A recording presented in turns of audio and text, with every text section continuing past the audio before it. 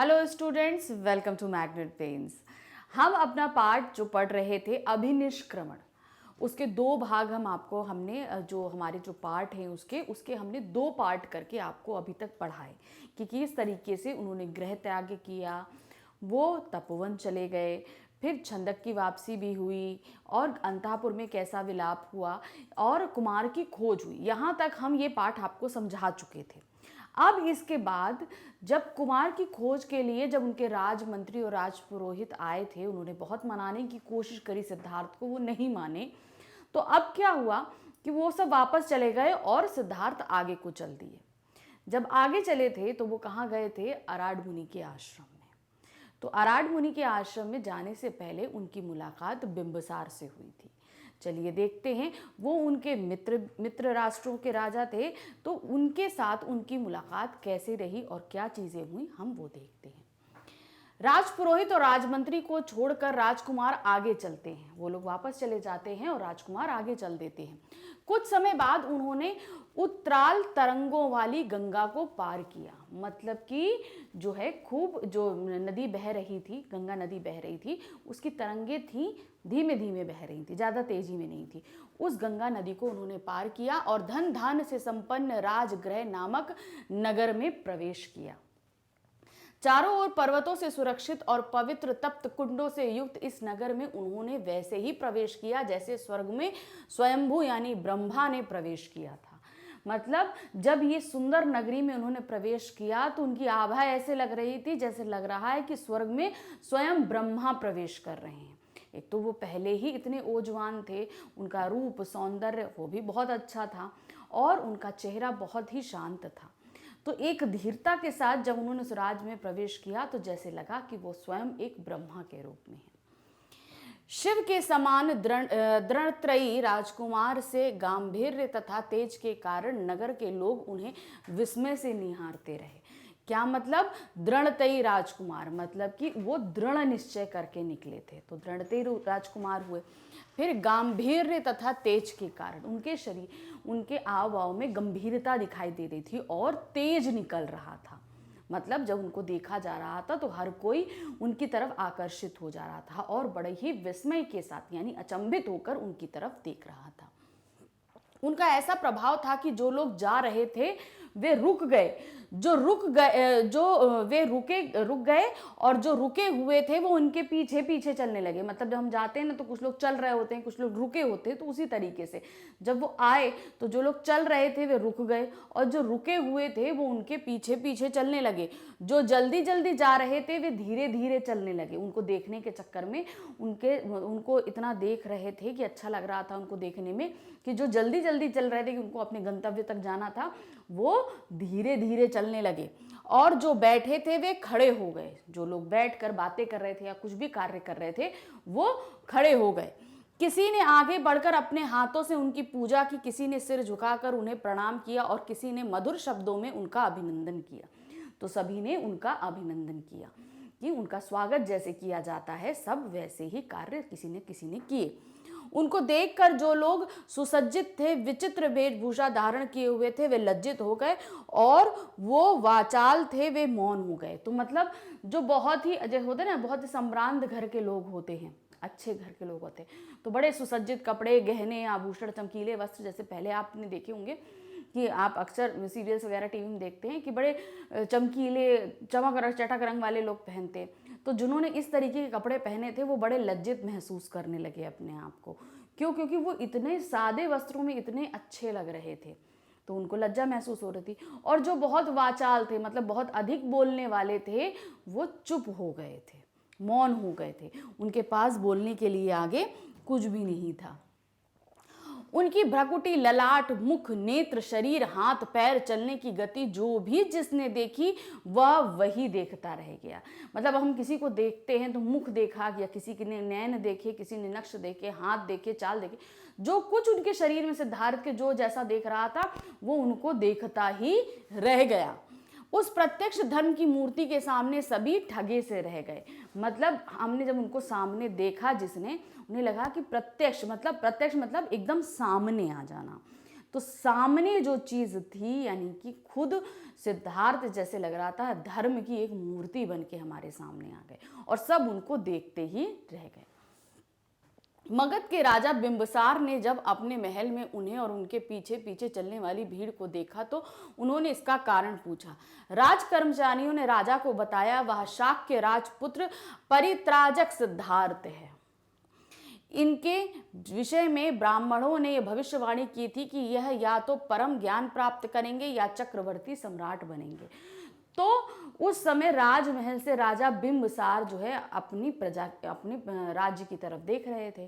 तो जब उन्होंने देखा कि एक व्यक्ति के पीछे पूरी प्रजा चल पड़ी है तो वो पूछने लगे, भाई कौन है? तो उनके राज कर्मचारी ने उनको बताया कि ये परित्राजक, यानी कि उन्होंने अपना सब कुछ त्याग दिया है। राजकुमार शाक्य वंश कहाँ के? जहाँ से वो कपिलवस्तु आए थे, तो वो किस वंश से बिलोंग कर रहे थे, उनके वंश को बताया जा रहा था, शाक्य वंश के थे वो। तो उन्होंने क्या किया? उन्होंने अपना सब कुछ त्याग दिया है और वही हैं ये। इनके बारे में जब ये छोटे थे तब ये भविष्यवाणी की गई थी कि ये या तो वैराग्य यानी परम ज्ञान प्राप्त करेंगे, यानी कि जो किसी ने अभी तक प्राप्त नहीं किया है वो प्राप्त करेंगे, या फिर ये चक्रवर्ती सम्राट बनेंगे। तो इनका इंटरेस्ट जिसमें भी होगा ये उसी तरफ जाएंगे, लेकिन जिस भी क्षेत्र में जाएंगे वहां सब कुछ हासिल कर लेंगे। यह सुनकर राजा ने अपने अनुचरों को आज्ञा दी, जाओ और पता लगाओ वह कहाँ जा रहा है।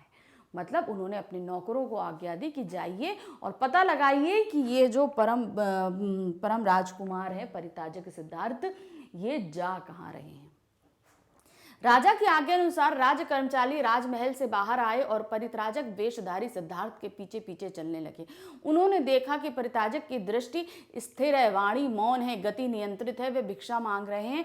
भिक्षा में जो कुछ मिलता है वह उसे ही स्वीकार करते हुए आगे बढ़ रहे हैं। भिक्षा में मिले अन्न को लेकर वे एक पर्वत पर गए और एकांत निर्झर के पास बैठकर उन्होंने भोजन किया और फिर पांडव पर्वत पर जाकर बैठ गए।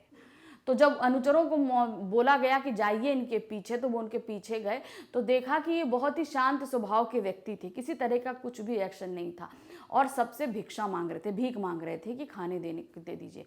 तो उन्होंने भिक्षा एकत्र करी और चुपचाप जाकर एक पेड़ के झरने के पास जाके बैठ गए और अन्न ग्रहण करने लगे। जब उन्होंने अन्न ग्रहण कर लिया तो फिर उसके बाद जाके वे पांडव पर्वत पर जाकर बैठ गए। काषाय वेशधारी सिद्धार्थ, काषाय मतलब केसरिया वस्त्रधारी सिद्धार्थ पर्वत पर वैसे ही सुशोभित हो रहे थे जैसे उद्यांचल पर बाल सूर्य प्रकट हो रहा हो। यानी यहाँ पर उद्यांचल यानी कि जब पूर्व दिशा थे, उद्यांचल हम पूर्व दिशा को उद्यांचल भी कहते हैं। क्यों बोलते हैं? क्योंकि वहां से उदय होता है सूर्य का। तो यहाँ जिस प्रकार सूरज उगाता, बाल सूर्य मतलब छोटा बच्चा, यानी कि सुबह सुबह जब सूरज निकलता है तो वो छोटा होता है, ज़्यादा तेज नहीं होता है, उसमें हल्का सा होता है। तो उसी तरीके से जिस तरीके से पूर्व दिशा में जब सुबह सुबह सूरज निकलता है जैसा दिखता है, तो पांडव पर्वत पर वैसे ही सिद्धार्थ दिख रहे थे। तो ये बहुत ही अच्छी एक उपमा दी गई है, उद्यांचल में बाल सूर्य। राज कर्मचारियों ने यह सब देखकर राजा बिंबिसार को सूचित किया। बिंबिसार ने अपने साथ कुछ अनुचरों को लिया और वे स्वयं बोधिस्थ यानी सिद्धार्थ से मिलने के लिए चल पड़े।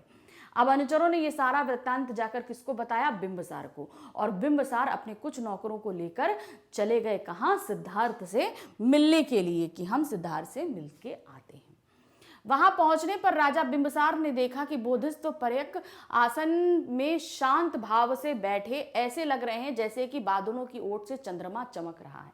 अब देखिए इनकी दूसरी उपमा कैसे दी गई है कि वहां पर जब बिंबिसार पहुंचे तो वो कैसे प्रतीत हो रहे थे? जैसे बादलों के बीच में चंद्रमा चमकता है, वो इस प्रकार प्रतीत हो रहे थे। एकदम शांत स्वच्छ वातावरण में वो वैसे ही लग रहे थे। राजा धीरे धीरे उनके निकट आए और कुशल क्षेम पूछी। कुशल क्षेम मतलब उनकी कुशलता पूछी कि आप ठीक हैं, कैसे? जैसे हम लोग किसी से मिलते हैं ना तो क्या होता है, हम उनसे पूछते हैं कि आप कैसे हैं, क्या आप ठीक ठाक हैं, आपकी तबीयत ठीक है, तो वही, और परिवार के बारे में पूछते हैं। तो वैसे ही बिंबिसार ने जाकर उनसे उनकी सारी कुशलता पूछी। कुमार ने भी यथोचित उत्तर दिया और फिर राजा आज्ञा प्राप्त कर एक शिलाखंड पर बैठ गए। और उन्होंने उत्तर दिया और उन्होंने उनसे यह आज्ञा मांगी और पास के एक शिलाखंड पर जाकर राजा बिंबिसार बैठ गए और उनसे वार्तालाप करने लगे, उनसे बातचीत, यानी सिद्धार्थ और बिंबिसार आपस में बातचीत करने लगे। राजा बिंबिसार ने उनसे कहा, हे कुमार, आपके कुल से हमारा पुराना प्रेम संबंध है, कि मतलब हमारा और आपका कुल जो है एक संबंध में बंधा हुआ है। हे मित्र, मेरी बात सुनिए। बिंबिसार यहाँ किसको बोल रहे हैं? सिद्धार्थ को बोल रहे हैं।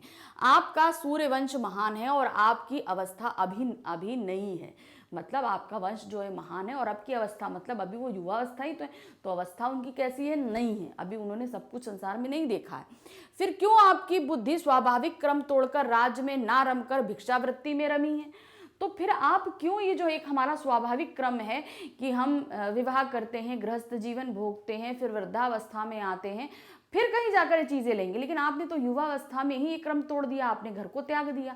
लोग वृद्धावस्था में त्यागते हैं और आपने युवावस्था में ही ये त्याग दिया और सारा राजभोग छोड़ के, मतलब राज का जो सुख है उसको भोगना छोड़कर आप भिक्षा मांग रहे हैं। आप ऐसा क्यों कर रहे हैं? आपका शरीर तो अभी लाल चंदन के लेप के योग्य है, काशाय वस्त्र धारण करने के लायक नहीं है, अभी आपके हाथ प्रजा पालन के योग्य है, भिक्षा मांगने के योग्य नहीं। तो बोलते हैं कि आपका शरीर अभी कोमल है, इस पर लाल चंदन का लेप लगना चाहिए, ये केसरिया वस्त्र आप पर शोभा नहीं देते। आपके हाथ प्रजा पालन के लिए उठने चाहिए, भिक्षा मांगने के लिए नहीं लेने होने चाहिए। तो वो यहाँ पर बोल रहे थे कि इस समय आपका धर्म क्या है, आपको क्या करना है, ये सारी चीजें बिंबिसार उनसे कह रहे थे। हे सौम्य, यदि आप स्नेहवश अपने पिता का राज्य पराक्रम से प्राप्त करना नहीं चाहते, पिता के बाद राज प्राप्ति तक प्रतीक्षा नहीं कर सकते, तो आप मेरा आधा राज ले लीजिए और भोगिए। तो क्या बोलते हैं बिंबिसार कि आप जो है पिता से बहुत अधिक प्यार करते हैं, इसलिए आप जब तक आप उनसे जो है राज्य नहीं मांग सकते कि मैं राजा बनना चाहता हूं, तो आप नहीं मांग सकते और उनको परास्त करके भी आप शासन नहीं लेना चाहते, तो आप एक कार्य करिए, मैं अपना आपको आधा राज्य दे देता हूं, आप उस आधे राज्य को ले लीजिए और यहाँ पर जो है राज शासन चलाइए। अगर आप शासन ही करना चाहते हैं तो अपने पिता की मृत्यु तक आप नहीं वेट कर सकते हैं, तो आप अभी हमसे आधा राज ले लीजिए और शासन करिए। आप मेरे साथ मैत्री कीजिए, यदि आप, मैत्री मतलब आप हमारे मित्र बन के रहिए। यदि आपको अपने कुल के अभिमान के कारण मुझ पर विश्वास नहीं, तो मेरी प्रबल सेना की सहायता से शत्रुओं को जीतिए। अगर आपको मुझ पर विश्वास नहीं आ रहा है तो आप एक काम करिए, मेरे पास बहुत प्रबल सेना है, बहुत बड़ी सेना है, आप उनको लीजिए और आसपास के राज्यों को जीतिए और फिर उन पर शासन कर लीजिए। आप इन दोनों विकल्पों में से किसी एक पर अपनी बुद्धि स्थिर कीजिए और धर्म, अर्थ और काम का सेवन कीजिए। तो उन्होंने क्या बोला कि मैंने आपको ये दो ऑप्शन दिए हैं, कोई भी एक आप चूज कर लीजिए और उनका भोग करिए, या तो आप मुझसे आधा राज्य ले लीजिए और उस पर राज्य कीजिए, या मेरी सेना ले लीजिए, आसपास के राज्य जीत लीजिए और उन पर शासन करिए। और ये सब करके आप क्या करिए, धर्म, अर्थ और काम, यानी कि आप धर्म से प्रजा का पालन कीजिए, अर्थ मतलब पैसे कमाइए और काम भोगिए, काम का मतलब जो इंद्रियों का जो सुख होता है उनको भोगिए।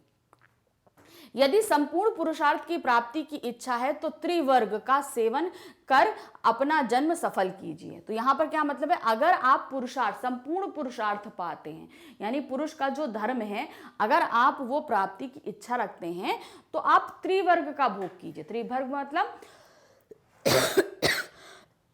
सॉरी, अभी हमने आपको बताया धर्म, अर्थ और काम, ये तीन वर्ग हैं पुरुष के जीवन के रहते हैं। ये भोग करने, हम लोग जो भी होते हैं, हम लोग ये सब चीजें भोग करते ही करते हैं और आपका अपना जन्म सफल कर लीजिए।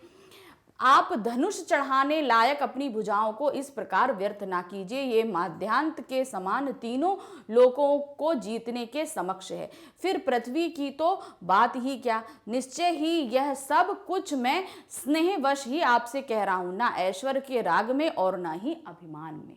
तो बिंबिसार क्या कहते हैं कि आपकी ये जो भुजाएं हैं ये इतनी बलशाली हैं कि ये धनुष पर प्रत्यंचा चढ़ाएंगी, मतलब धनुष बाण चलाने में ताकत लगती है ना, तो उन्होंने बोला कि आप उन भुजाओं से वो कार्य कीजिए और ये माध्यांता के समान तीनों लोगों को जीतने के समक्ष है। मतलब जैसे कोई चीज चल रही हो, अगर आप इतने बलशाली हैं, सब कुछ है, तो आप ये सब चीजें करिए, तो आप जो ये करेंगे तो ये क्या होगा, जैसे कि हमने कोई पिक्चर देख रहे हैं तो उसका मध्याह्न पड़ता है, मतलब इंटरवल आता है, तो हम इंटरवल में ही पूरी पिक्चर खत्म कर लें। मतलब जो लोग काफी बड़े हो जाते हैं, मतलब कहने का मतलब है अगर हम, कोई राजा होता है वो धीरे धीरे धीरे धीरे राज्य जीतता है, तो क्या होता है वो जीतते जीतते जब बूढ़ा हो जाता है तब कहीं जाकर बहुत बड़े राज्य का स्वामी बन पाता है, बहुत सारी राज्यों को जीतने के बाद में। लेकिन आपके अंदर इतना बल है कि आप युवावस्था में ही, जो लोग वृद्धावस्था में प्राप्त करते हैं, आप उसे युवावस्था में ही सब कुछ प्राप्त कर लेंगे। यानी कि आपको वृद्धावस्था तक वो उन सब चीजों का इंतजार नहीं करना पड़ेगा और आप तीनों लोगों के स्वामी बन जाएंगे। आपके अंदर इतना बल है निश्चय। अब वो क्या बोलते हैं, मैं ये सब चीज आपको प्यारवश कह रहा हूं, ये मत सोचिएगा कि मैं ऐश्वर्य पे आना चाहता हूं। ऐश्वर्य मतलब मेरी सेना जीतेगी तो मेरा नाम चारों तरफ होगा, कि मतलब हमको वाहवाही मिलेगी, ऐश्वर्य मिलेगा। और ना ही अभिमान से कह रहा हूं कि भाई मैं अपना राज दे रहा हूं, आप पे उपकार कर रहा हूं, या अपनी सेना दे रहा हूं तो उपकार कर रहा हूं, ऐसा नहीं है। मैं आपसे बहुत स्नेह करता हूं, प्यार करता हूं, इसलिए मैं आपसे ऐसा कह रहा हूं। आपको भिक्षु वेश में देखकर मुझे दया आती है और रोना भी आता है। जब तक बुढ़ापा आपके रूप को नहीं मिटा देता तब तक विषयों को भोगिए। हे धर्म प्रिय, समयानुसार ही धर्माचरण करना चाहिए। तो उन्होंने क्या बोला कि आपके इस भिक्षु वेश को देखकर मुझे बिल्कुल अच्छा नहीं लगता, मुझे रोना आता है। तो आप धर्म के अनुसार आचरण कीजिए। धर्म हमें क्या कहता है, हम हर अवस्था में जो चीज़ों का भोग करना चाहिए हमें करना चाहिए। जैसे बचपन में मात्सल्य होना चाहिए, युवा अवस्था में इंद्रियों का भोग करना चाहिए, काम सुख लेना चाहिए, वो सब करिए, राज सुख भोग करिए। तो धर्म के अनुसार आचरण कीजिए आप, और इन सभी को करते हुए धर्म के प्रिय बनिए। इस प्रकार मगध के अधिपति ने विविध प्रकार से कुमार को समझाया, परंतु वह कैलाश पर्वत के समान अटल रहा और जरा भी विचलित नहीं हुआ। तो क्या हुआ, मगध राज उन्हें समझा रहे थे और उनकी बातों को सुनकर सिद्धार्थ बिल्कुल भी विचलित नहीं हुए। जैसे पर्वत अटल खड़ा हुआ है, बिल्कुल किसी के कुछ कहने से कुछ नहीं होता उसको फर्क, तो उसी तरीके से वो एकदम अटल और शांत होकर बैठे रहे। तो इस तरीके से हमने बिंबिसार से जो भेंट हुई सिद्धार्थ की, वो पाठ हमने यहाँ पर खत्म किया। अब हमारे पास क्या आती है, काम निंदा। उन्होंने बोला ना कि धर्म के अनुसार आचरण कीजिए, काम भोगिए, मतलब इंद्रियों का सुख भोगिए। तो अब यहाँ पर सिद्धार्थ ये चीज बताएंगे काम की बुराई, कि कैसे कैसे ये सब चीजें गलत होती हैं, इनकी निंदा करते हैं, काम की निंदा करते हैं। मगध राज के मुख से अपने लक्ष्य के लिए प्रतिकूल बातें सुनकर भी सिद्धार्थ ने शांति पूर्वक निर्विकार भाव से उत्तर देते हुए कहा। मतलब बिंबिसार ने उनसे इतना सब कुछ कहा तो वो निर्विकार मतलब उनके मन में कोई भी द्वेष, कोई भी विकार नहीं आया। मतलब होता है ना, हम किसी की बात सुन के क्रोधित हो जाते हैं बहुत ज्यादा, या तो हम मायूस हो जाते हैं या उत्साहित हो जाते हैं, तो उनके मन में कोई भी, ना वो खुश थे ना गुस्सा थे ना कोई भाव नहीं, एकदम शांत था, निर्विकार, शांतिपूर्वक, मतलब एकदम शांत भाव से बिना किसी विकार के साथ उन्होंने उत्तर देते हुए कहा, हे हर्षिक वंशी राजा, आपने अपने मित्र के पक्ष में जो कुछ भी कहा वह आश्चर्यजनक है। मतलब मैं आपका मित्र हूं, आपने मेरे लिए जो कुछ भी कहा है मैं उससे बिल्कुल भी आश्चर्यजनक नहीं हूं। मतलब मुझे वह आश्चर्यजनक नहीं। कोई भी अपने मित्र की इस हालत के लिए ऐसा ही कहेगा, उसे समझाएगा, वापस भेजेगा। तो आपने जो कहा वो बिल्कुल सही है। पूर्वजों की मैत्री को सज्जन अपनी प्रीति परंपरा से और भी बढ़ाते हैं।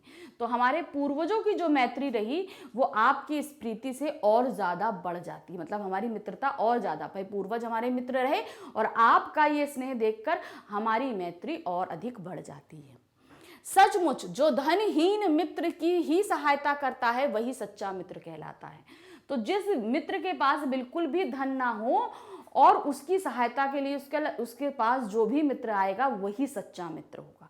भाई अगर मित्र धनवान है तो बहुत सारे मित्र हो जाते हैं, लेकिन अगर मित्र के पास कुछ भी धन नहीं है, कोई ऐसी चीज नहीं है जिससे वो अपने मित्रों के साथ एंजॉय कर सके, और तब भी उसके साथ कोई मित्र आए, तो समझ लीजिए वही सच्चा मित्र है। इसीलिए हे राजन, मित्रता और सज्जनता के कारण मैं आपको उत्तर तो नहीं दे सकता, परंतु अनुनय अवश्य करना चाहता हूं। तो आपने जो मेरे साथ ये स्नेह और मित्रता दिखाई है, इसके लिए मैं आपको उत्तर नहीं दूंगा, मैं आपसे सिर्फ एक रिक्वेस्ट करूँ। अनुनय विनय का मतलब मैं आपसे एक रिक्वेस्ट करूंगा। मैं तो जरा और मृत्यु के भय से ही मोक्ष की इच्छा से धर्म की शरण में आया हूं।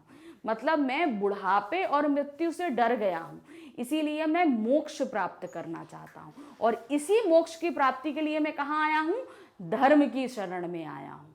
ठीक है, इसलिए मैंने काम को त्यागा है। और भाई हमको धर्म प्राप्त करना है, हम जो चाहते हैं, तो उसके लिए हमें क्या त्याग करना पड़ेगा? काम को त्याग करना पड़ेगा। यानी कि हमारी जो आशाएं हैं, जो हमारी जिज्ञासाएं हैं, जो हमें सुख देती हैं, हमें वो सारी चीजें त्याग करनी पड़ेंगी। और उसी के साथ अपने बंधुओं को भी छोड़ना पड़ेगा। भाई जब हम काम को त्याग करेंगे तो क्या होगा? हमें जितने हमारे रिश्तेदार, मित्र, परिवार वाले जो कुछ भी हैं, हमें उनको छोड़ना ही पड़ेगा। मैं सांपों से, वज्रपात से या प्रचंड अग्नि से भी उतना नहीं डरता जितना मैं विषयों से डरता हूं। तो कहने का यहाँ क्या मतलब है? अगर कोई सांप आ जाए या कोई वज्रपात हो जाए, मतलब बहुत ज़्यादा बिजली बहुत तेज़ी से कड़क जाए ना, वज्र किसको बोलते हैं? भगवान इंद्र का जो अस्त्र है उसको वज्र बोलते हैं, उसी से कहते हैं बिजली चमकती है। तो वो अगर वो भी आकर गिर जाए, मैं उससे भी नहीं डरता। बहुत बुरी अग्नि लगी हो तो भी मैं नहीं डरूंगा, लेकिन मैं सबसे ज़्यादा किससे डरता हूँ? विषयों से। विषयों मतलब जो वो चीज़ें जो हमारे अंदर काम की इच्छा पैदा करती हैं। जैसे अब स्वादिष्ट भोजन रखा होगा तो हमारी इंद्री क्या जागेगी? हमारी मुंह में लेश पैदा होने लगता है, लार पैदा होने लगती, तो हमारी जीभ मतलब स्वाद इंद्रियां जाग जाती हैं। उसी तरह हम क्या होती है? सुंदर स्त्री देखकर कामना जाग जाती है। फिर बहुत अच्छा संगीत सुनकर हम उसकी तरफ मोहित हो जाते हैं। तो वो क्या होते हैं? ये जो चीजें, स्वादिष्ट खाना, ये क्या है? विषय है। और इससे हमारे अंदर क्या चीजें जाग रही हैं? काम इच्छाएं जाग रही हैं। तो क्या है? मैं इन सब चीजों से मैं सबसे ज्यादा विषयों से डरता हूं, जिससे हमारे अंदर काम इच्छाएं पैदा होती हैं। काम अनित्य है, मतलब ये हम करना बुरा है। वह ज्ञान रूपी धन का चोर है। अगर हम काम की तरफ ज्यादा ध्यान देते हैं तो हमारा जो ज्ञान है वो कम होने लगता है। हमारा ज्ञान बढ़ेगा नहीं, वो कम होने लगता है धीरे धीरे। वह मोह पाश को बांधता है, और क्या होता है? वो हमारे जो तरह तरह के जो रिश्ते होते हैं वो, या जिस चीज़ के लिए हम बहुत ज़्यादा ललायित होते हैं, उसमें के मोह में फंस जाते हैं, हम उससे अपने आप को छुड़ा नहीं पाते। जैसे पवन प्रेरित अग्नि ईंधन से तृप्त नहीं होती। अब देखिए यहाँ पर एक डिफिकल्ट सेंटेंस है। क्या? पवन प्रेरित, यानी कि पवन से मतलब हवा से जो अग्नि भड़कती है, वह अग्नि ईंधन से तृप्त नहीं होती। यानी कि अगर उसमें हम अगर कोई चीज़ें हम डाल दें, पानी से हम भी डालते जाएं, तो भी वो अग्नि जल्दी बुझती नहीं। तो ईंधन का मतलब क्या है? जो ऊष्मा को बढ़ा रहा है। यानी कि यहाँ पर हम क्या बोलेंगे? अगर हम पेट्रोल डाल दें, ठीक है, आग लगी हुई है, हवा से वो उसको खूब तेज वो मिल रही है, खूब तेजी से वो फैल रही है, फिर उसमें हम पेट्रोल डाल दें तो क्या वो बुझेगी? बिल्कुल भी नहीं बुझेगी। तो उसी तरीके से ये जो विषय हैं, ये हमारे काम को बढ़ाते हैं, ये कम नहीं करते। एक तो हम पहले ही लिप्त हैं, और ये क्या करते हैं? हम पहले ही जो हम शरीर, मनुष्य शरीर हमने प्राप्त किया हुआ, वो पहले ही काम में लिप्त है, और जब ये विषय आते हैं तो ये उसमें ईंधन का काम करते हैं। वैसे ही विषय तृप्ति, व्यक्ति कभी विषय भोगों से तृप्त नहीं हो सकता। उसी तरीके से विषय का मतलब हमने जो चीजें हमको काम की तरफ आसक्त करती हैं, हमारी इंद्रियां जो अपने वश में करती हैं, वो चीजें जो हैं विषय तृप्तियां व्यक्ति को कभी भी विषय के भोगों से तृप्त नहीं करती। हमारे सामने अगर आज हम मान लीजिए हमको खाना बड़ा अच्छा लगता है, आज हमारे सामने पाव भाजी आ जाएगी, हम खा लेंगे, अतृप्त हो गए। अभी अगर मान लो हमको 2 घंटे बाद भूख लगेगी, मेरे सामने छोला भटूरा रख दो तो हम वो भी खा लेंगे, फिर उसके 2 घंटे बाद डोसा रख दो तो हम वो भी खा लेंगे। तो हमारी इंद्रियां कहीं तृप्त हो रही हैं, कहीं तृप्त नहीं हो रही। तो विषय हमारे सामने आते जा रहे हैं, हम उसका भोग करते जा रहे हैं, मगर हमें तृप्ति कहीं प्राप्त नहीं हो रही। तो उसी तरीके से उन्होंने बोला कि हम अगर विषयों का भोग करते रहेंगे और हमारी इंद्रियां कभी तृप्त नहीं होंगी, उससे और ज्यादा, उससे और ज्यादा, और ज्यादा वो मांगती ही रहती हैं। जैसे अनंत नदियों के गिरने से भी समुद्र की तृप्ति नहीं होती। जैसे बहुत सारी नदियां जाके समुद्र में मिलती हैं, मगर क्या समुद्र की प्यास बुझती है या समुद्र बढ़ जाता है? कुछ नहीं होता है। वो उसके अंदर चाहे जितनी नदियां जाती रहें, वो शांति से अपना पीता ही रहेगा, उसकी तृप्ति कभी होती ही नहीं, वो संतुष्ट नहीं होता, सेटिस्फाइड। तृप्ति का मतलब है सेटिस्फाइड नहीं होना। वैसे ही काम के भोग से मनुष्य को कभी तृप्ति नहीं मिलती है। देखिए, देवों द्वारा स्वर्ण की वर्षा किए जाने पर भी सभी द्वीपों को जीतने के बाद और इंद्र का आधा आसन प्राप्त करने के बाद भी मदांध को तृप्ति नहीं मिली थी। तो मतलब जहां सोने की वर्षा हो गई थी, ठीक है, सोने की वर्षा हुई और उन्होंने सारे इंद्रासन भी, आधा इंद्रासन भी जीते, लेकिन तब भी मदांध के राजा को क्या हुआ था, तृप्ति नहीं हुई थी, वो और पाना चाह रहे थे। विषयों का चिंतन भी अमंगल है, इसलिए सज्जन काम का त्याग करते हैं, यह जानकर भी इस काम के विष को कौन ग्रहण करना चाहेगा। मतलब जो अच्छे सच्चे पुरुष होते हैं वो क्या होते हैं, काम का त्याग करते हैं। और जब मैं ये सब चीजें जानता हूं तो क्या मैं इस विष को ग्रहण करूं? बिल्कुल भी नहीं, हमें इस विष को ग्रहण नहीं करना चाहिए। आप जानते हैं कि संगीत की आसक्ति से हिरन मरते हैं, मतलब बहुत मधुर संगीत हो तो हिरन क्या होगा, खींचा चला जाता है, भले उसकी मौत आ जाए उसके बारे में।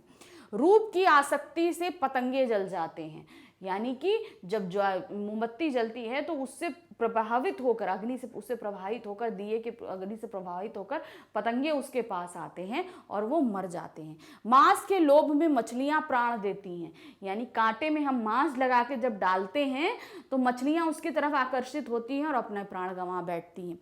आसक्ति का परिणाम ही विपत्ति है, यानी कि हमारा लोभ ही हमारे लिए सबसे बड़ी विपत्ति है। इसीलिए मैं मानता हूं कि इससे दूर रहना ही बुद्धिमानी है, और मैं यही समझता हूं कि अगर मैं इससे दूर रहूंगा तो यही सबसे बड़ी बुद्धिमानी होगी। मैं काम और विषयों से दूर रहना चाहता हूं। मैं जानता हूं ना राजा सदा हंसता रहता है और ना दास सदा संतप्त रहता है। मतलब राजा कभी भी संतुष्ट नहीं रहे, मतलब वो हमेशा हंसता नहीं रहेगा, उसको कभी तो तकलीफ आएगी। उसी तरह दास भी हमेशा जो है वो संताप नहीं करता, मतलब हमेशा दुखी नहीं रहता। मेरे लिए राजा और दास दोनों ही बराबर हैं। संपूर्ण पृथ्वी को जीतकर भी सम्राट अपने निवास के लिए एक ही पुर चुनता है, यानी कि अगर पूरी संपूर्ण पृथ्वी को कोई जीत ले मगर रहने के लिए एक ही जगह चुनेगा, एक ही घर चुनता है, हर जगह नहीं रह सकता, वो एक ही घर चुनेगा। राजा भी एक जोड़ा वस्त्र पहनता है और एक ही सैया पर सोता है, चाहे वो पूरा राज्य जीत ले मगर पहनेगा एक जोड़ी ही वस्त्र, सोने के लिए उसे एक ही पलंग चाहिए होगा, और शेष सब कुछ वो मात्र दिखावा है, मद है, और बाकी सब कुछ क्या है, वो शोबाजी है, नशा है कि हमें राज्य जीतने का नशा था तो हमने इतना सारा राज्य जीत लिया, हमारा दिखावा था, ये हमारे अहंकार का दिखावा था। संतोष हो जाने पर मनुष्य को यह सारा संसार निरर्थक लगने लगता है, इसलिए मैं जानबूझकर कल्याण के मार्ग पर प्रवृत्त हुआ हूं। मतलब जब हमें संतोष हो जाता है तो ये सब चीजें बेकार हो जाती है। जब मैं ये सब कुछ जान चुका हूं तभी जो है मैं कल्याण के मार्ग पर चल रहा हूं। आप मित्र होने के नाते कामना कीजिए कि मैं अपनी प्रतिज्ञा पूरी करूं। मैं ना तो क्रोध से वन में आया हूं, ना पराजित होकर या किसी फल विशेष की इच्छा से आया हूं। मतलब आप कामना कीजिए कि मैं जिस भी इच्छा से आया, मतलब जो भी मेरा कार्य है मैं उसको जल्दी प्राप्त करूं। मैं गुस्सा नहीं हूं, मैं पराजित नहीं हूं, मैं दुखित नहीं हूं, मैं इन किसी भाव से ये वन में नहीं आया हूं, ना ही मैं कोई फल पाना चाहता हूं, मतलब अच्छा कुछ पाना चाहता हूं, इससे भी नहीं आया हूं। इसीलिए मैं आपकी बात नहीं मान पा रहा हूं। मैं तो संसार रूपी बाण से घायल होकर शांति पाने की इच्छा से निकला हूं। तो वो क्या बोलते हैं, इसीलिए मैं आपकी बात नहीं मान पा रहा हूँ, बड़ा मतलब नम्रता के साथ जो है वो उनसे अनुनय विनय कर रहे हैं। फिर क्या बोलते हैं, मैं किस इच्छा से निकला हूँ कि मैं, जैसे इंसान होता है ना, मुझे जैसे कोई व्यक्ति घायल कर देता है किसी को वाण से, उसी तरह मैं संसार रूप से एक वाण खाया हुआ घायल हूँ, और मैं अपनी शांति कहाँ पाता हूँ, मोक्ष की प्राप्ति में। मुझे तो स्वर्ग का भी राज्य नहीं चाहिए, इस पृथ्वी के राज्य की तो बात ही ना कीजिए। मुझे तो स्वर्ग का राज्य भी नहीं चाहिए, तो आप तो इस पृथ्वी के राज्य की बात कर रहे हैं। उन्हें चाहिए क्या था, उन्हें मोक्ष चाहिए था। उन्हें मरने के बाद स्वर्ग नहीं मिल चाहिए था, उन्हें क्या चाहिए था, मोक्ष चाहिए था। उन्हें बुढ़ापे और जो है मृत्यु से छुटकारा चाहिए था। हे राजन, आपने कहा था कि त्रिवर्ग का संपूर्ण रूप से सेवन करना ही परम धर्म है। त्रिवर्ग क्या बताया था, धर्म, अर्थ और काम।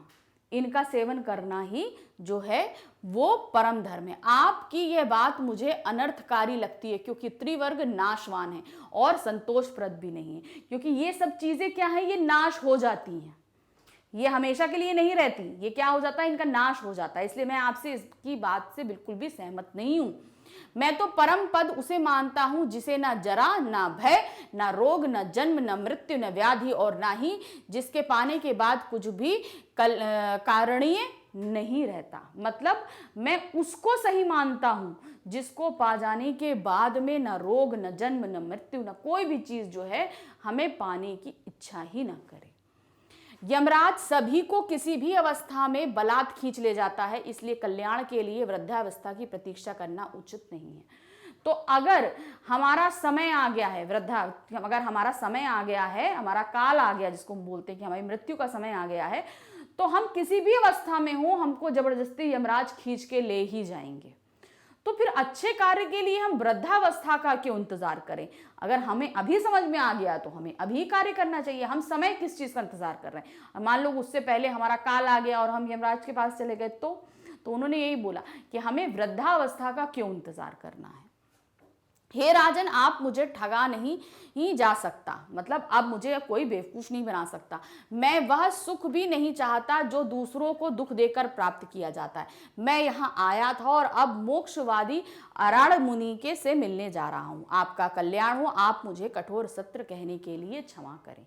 तो उन्होंने बोला क्या था कि मैं मोक्ष प्राप्ति के लिए निकला हूँ, और उसी के लिए मैं कहाँ जा रहा हूँ? अराड़ मुनि के आश्रम में जा रहा हूँ। तो अब आपका कल्याण हो, और मैंने आपसे इतने कठोर वचन बोले, मैं इसके लिए आपसे क्षमा प्रार्थी हूं। और ये कहकर जो है वो आगे के चलते हैं। अब यहां पर आगे क्या बोल रहे हैं? हे राजन, आप इंद्र के समान रक्षा करें, सूर्य के समान रक्षा करें। आप अपने गुणों से कल्याण की रक्षा करें, पृथ्वी की रक्षा करें, आयु की रक्षा करें, सत्पुत्रों की रक्षा करें, धर्म की रक्षा करें और अपनी रक्षा करें। तो उन्होंने बोला कि आप अपने पुरुषार्थ, यानी आपके अंदर बहुत ज्यादा सब कुछ अच्छा है, आप इन सब से ताकत को, इन सभी की रक्षा कीजिए। कुमार भिक्षु के ये आशीर्वचन सुनकर मगध राज ने बड़े अनुनय के साथ हाथ जोड़े और कहा। जब सिद्धार्थ ने ये सारी चीजें बोली उनसे, तो उसके बाद जो है बिंबिसार ने बहुत ही आदर के साथ उनके सामने हाथ जोड़ते हुए कहा, आप अपना अभिष्ट प्राप्त करें, कृतार्थ हो, और समय आने पर मेरे ऊपर भी अनुग्रह करें। मतलब आप जो कुछ प्राप्त करना चाह रहे हैं वो आपको प्राप्त हो, और समय आने पर उसका जो है थोड़ा बहुत प्रसाद आप हमको भी दे।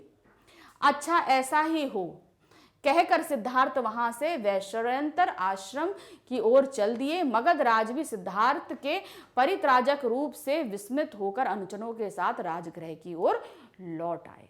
और उन्होंने, सिद्धार्थ ने क्या बोला कि ऐसा ही होगा, मतलब एक तरीके से उन्होंने वापस आने का प्रॉमिस किया कि मतलब जब मैं सब कुछ प्राप्त कर लूंगा तो मैं वापस यहाँ पर आऊंगा। और कहकर वो सीधे अराड़ मुनि की आश्रम चल दिए, और इधर बिंबिसार कहाँ चल दिए? वापस अपने राज्य की तरफ लौट चलते हैं। अब ये हमने पाठ खत्म किया। अब हमारे सामने क्या आ रहे हैं? इसके प्रश्न उत्तर। तो जो प्रश्न उत्तर इसी पाठ के आधार पर, जो हमने ये पूरा पाठ पढ़ा है, इसी के आधार पर हमसे पूछे गए हैं। तो पहला प्रश्न क्या है? सिद्धार्थ को निर्वाण के विषय में पहली प्रेरणा किस प्रकार मिली थी? तो उनको जो है ना करना था, मतलब वो पाना चाह रहे थे। क्या पाना चाह रहे थे? निर्वाण, यानी कि वो वैराग्य लेना चाह रहे थे। तो उन्होंने क्या देखा था चीजें? उन्होंने बुढ़ापा, ये सब चीजें देखी थी, तो इसी से उनको प्रेरणा मिल गई थी कि अब मैं जा रहा हूं। वो तो यहीं पर लिखेंगे हम। जब सिद्धार्थ अपने मन की बेचैनी दूर करने के लिए वन भ्रमण के लिए जाते रहे, तो ताजे जुते हुए खेतों को देखा था। उन्होंने छोटे छोटे कीड़ों को मरा हुआ देखा था ना, जुत गया था खेत। भाई उन्होंने पहले तो, सबसे पहले उनके मन में ये बात आई कब थी? जब उन्होंने एक बूढ़े व्यक्ति को देखा, बूढ़े व्यक्ति के बाद रोगी व्यक्ति को देखा, फिर उसके बाद एक शव यात्रा देखी। उसके बाद भी वो बहुत विचलित हुए थे, लेकिन उन्होंने भी पूरी तरीके से तय नहीं किया था कि वो वैराग्य लेंगे। फिर वो वापस आ गए थे। फिर एक दिन फिर वो राज भ्रमण के लिए निकले, तब उन्होंने एक जुता हुआ खेत देखा था जहां पर हल चल गया था। तो वहां की जो स्थिति देखी थी, उसी से उनके मन में क्या उत्पन्न हुआ था कि अब वो वैराग्य लेंगे। कई पादप और जंतुओं की मृत्यु हो गई थी। पादप मतलब छोटे छोटे कीड़े और जंतुओं की मृत्यु, जिससे इससे सिद्धार्थ का मन और भी अशांत हो गया। फिर जब वे एक जगह ध्यान मग्न थे तो उन्हें एक भिक्षुक दिखाई दिया। उस भिक्षुक ने यह बताया कि किस तरह वह माया मोह से मुक्त होकर धर्म के मार्ग पर चल रहा था। भिक्षुक की बातों को सुनकर सिद्धार्थ को निर्वाण के विषय में पहली प्रेरणा मिली थी। फिर उस भिक्षु ने जो अंत आया था और गायब हो गया था, तो उसने ये चीजें बताई थी कि वो जो है मोक्ष प्राप्ति के लिए सब कुछ त्याग कर जो है वो भ्रमण पे निकला हुआ है। तो वहीं पर जो है इनको पहली प्रेरणा मिली थी। राजकुमार ने तपोवन ना जाने के लिए राजा के समक्ष क्या क्या शर्तें रखी थी। उन्होंने 4 शर्तें रखी थी ना, कि उन्होंने जब बोला था कि मैं जा रहा हूं तो उनके पिता ने बहुत मनाने की कोशिश की। तो उन्होंने कहा ठीक है, अच्छा आप अगर मेरी 4 शर्तें मान लेंगे तो मैं वैराग्य नहीं लूंगा। तो वो क्या था, मुझे बुढ़ापा ना छुए, मेरी मृत्यु ना हो, मेरी संपत्ति ना जाए, और क्या कहते हैं मैं सदा रोग मुक्त रहूं। ये चीजें जो उन्होंने 4 रखी थी। क्या है, राजकुमार ने तपोवन ना जाने के लिए राजा के सामने निम्नलिखित शर्तें रखी। मेरी मृत्यु ना हो, मैं सदा रोग मुक्त रहूं, मुझे कभी बुढ़ापा ना आए, मेरी संपत्ति सदा बनी रहे। तो जो जो चीजें उन्होंने देखी थी उन्होंने वही कही थी, ये सारी चीजें मेरे साथ नहीं हुई, अगर नहीं होंगी तो मैं जो हूं वैराग्य नहीं लूंगा, मैं नहीं जाऊंगा वन में। छंदक कौन था? सिद्धार्थ ने उसे नींद से क्यों जगाया? छंदक कौन था? जो अश्वशाला की रक्षा करता था, जहां पर घोड़े यानी कि अस्तबल की जो है वो जो है चीजें देखता था, सारी चीजें निगरानी करता था। और नींद से क्यों जगाया था? क्योंकि वो तुरंत ही राजमहल छोड़कर वन को प्रस्थान करना चाहते थे। छंदक अस्तबल में घोड़ों की देखभाल करता था। सिद्धार्थ जब सब कुछ त्याग कर जाना चाहते थे तो उन्हें शीघ्र ही बहुत दूर चले जाने के लिए एक उत्तम घोड़े की जरूरत थी, इसलिए सिद्धार्थ ने छंदक को जगाया था। सिद्धार्थ से अलग होने पर छंदक और कंथक की दशा का वर्णन अपने शब्दों में कीजिए।